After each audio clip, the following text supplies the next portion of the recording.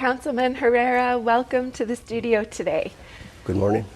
So on one of our recent episodes of Our Land, we focused on public lands, lands that are open to everyone, for everyone to access.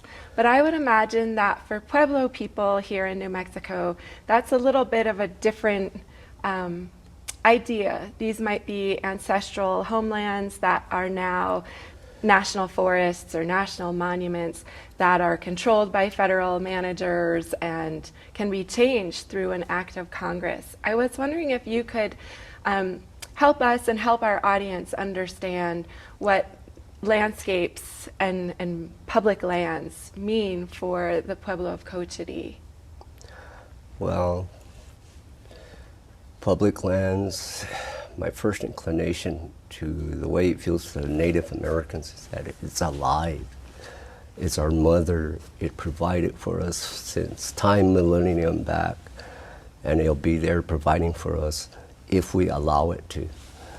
And right now we can see some of the calamities involved, and hopefully we can straighten some of them out to give her a better fighting chance to survive and do her job, and in turn let us do our job in stewardship and protecting her and encouraging her to a more livelihood.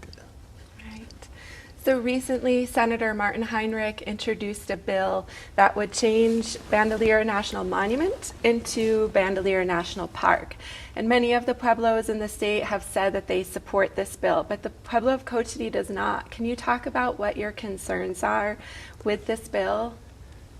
Well, our primary concern is that it is the traditional and aboriginal home to the Pueblo of Cochiti and maybe primarily to the Carrish tribes here. And it is located on our migration routes. It is probably about the last place that we set all as one people before moving to our permanent locations. So it has a lot of significance there. It has been provided with a lot of spiritual and sacred sites to help maintain our cultural way of life. Mm-hmm. And as I understand it, the bill would open up about 4,300 acres to hunting that currently are within the monument. What are your worries with that? Well, obviously it's an influx of people and the crowds. Anytime you get something redesignated from a national monument to a national park, we're looking at maybe 100-fold increase in crowds. So, there's been numerous fires in the location, so the environment is in a very fragile and infancy stage. It's coming back to life right now, and so it has to be properly taken care of. So, and I apologize if this is too personal, but can you talk about your relationship with that landscape, or the relationship that other people from the Pueblo of Cochiti have with that landscape, either in terms with the wildlife that's there or the spaces, the landscape, like why it's so important that it be protected? Yes, a lot of our holy people still go into these areas. We go in there for pilgrimage. We have numerous, like I said, sacred sites in there. We have old villages in there. The last mesa where we made our last stand against the Vargas is in the immediate location. So it has a lot of very significant, significance to us as Pueblo people in our struggles, in our lives, and it has so much meaning to us that it helps us maintain our way of life. These days, as you can see, since the first point of contact about 500-600 years ago, and where the American Indian is now today, and what do you picture it to be in another 500 years? Is there going to be these sites there available for our children to help maintain their way of life and to keep their way of life? And you have to remember these places are there as a aid in helping us protect ourselves, helping us identify ourselves. If we lose that as, for instance, going into the national park, it's going to inhibit us from going in there as freely and as privately as we normally would like to. So that's going to be a big problem for us. but it's also an identification purposes for our younger people. As you can see, like I said, in the past 500 years, we're on the verge of losing our language right now. And if we lose more, then where are we going to be here in another 500 years? Mm-hmm. And that landscape has, like you mentioned, been impacted by fires, including some really big, severe fires. How has that affected the wildlife there and your relationship with the wildlife and your reliance on wildlife?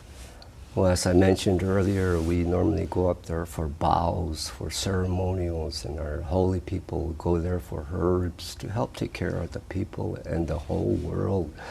And in essence, no, we pray for all people. We pray for our enemies. We pray for you. We pray for people across the world. We help our mother to stay alive, and that's our primary concern. So we're trying our best, and hopefully we can get this message across to other people. Is that it's alive and it's vibrant, it's breathing.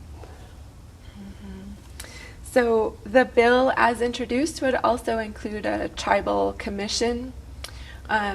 Is that a step forward? The federal government is already supposed to consult with tribes on issues like these. So your thoughts on the tribal commission that would be a part of this bill?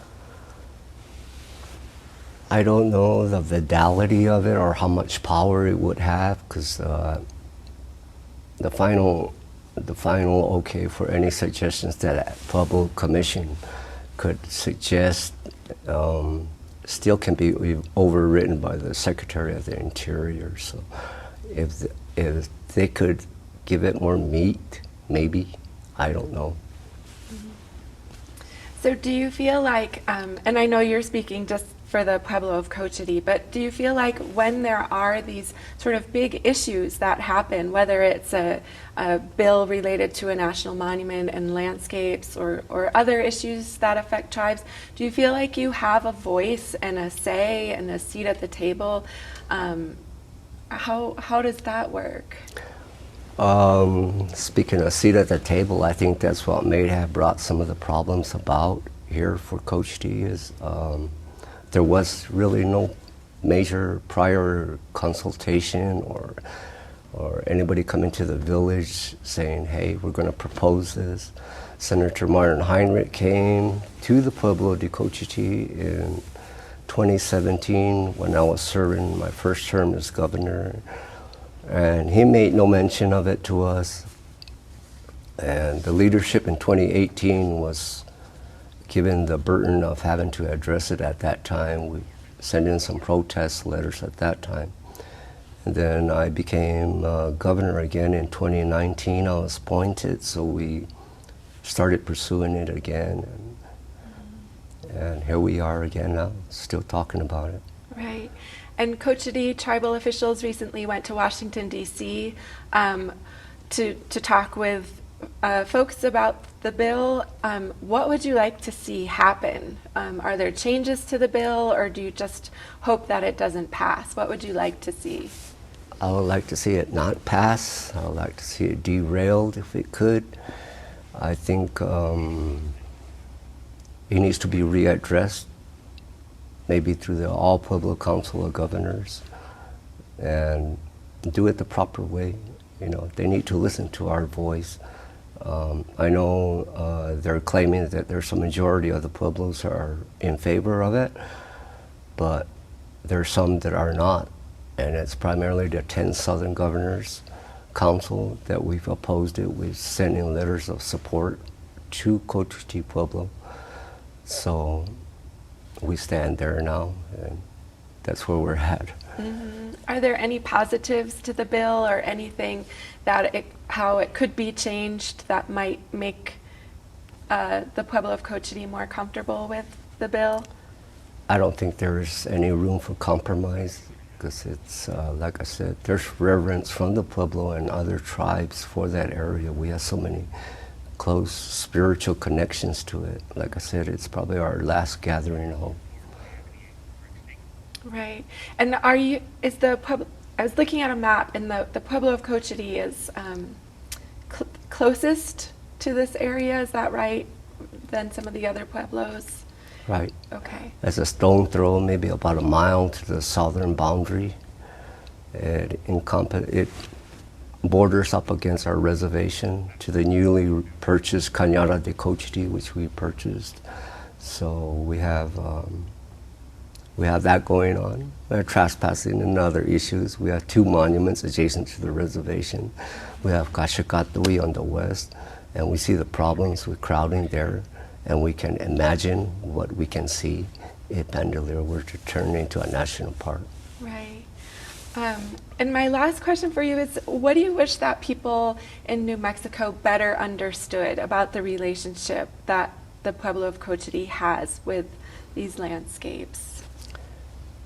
That it's there to provide a healthy way of life for everybody on this world, and that we go there to help pray for all people, and we don't want that broken. If that's broken, then what's going to happen? We're going to have to fend for ourselves,